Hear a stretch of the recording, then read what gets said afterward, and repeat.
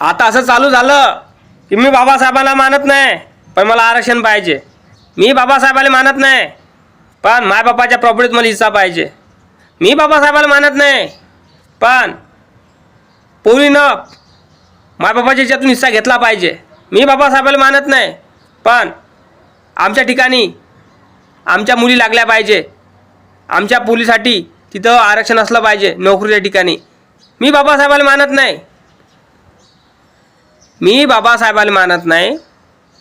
आम्हाला हर ठिकाणी आरक्षण पाहिजे. मी बाबासाहेबाला मानत नाही पण रेल्वेमध्ये रिझर्वेशन पाहिजे.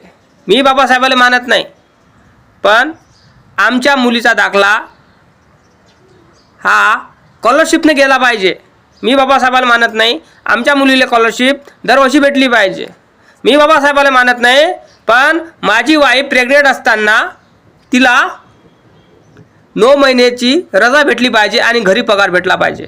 मी बाबासाहेबाला मानत नाही. मी बाबासाहेबाला मानत नाही असं चालू झालं दादा. पण बाबासाहेबांनी सगळ्या गोष्टी घेऊन राहिले. एवढे हरामखोर लोक आहे हे. माझं असंच म्हणणं आहे ह्या हरामखोरांना बाबासाहेब एकदा आता नक्की कळणार. बरोबर नाही का? कमेंट करून सांगा. जय भीम जय शिवराय.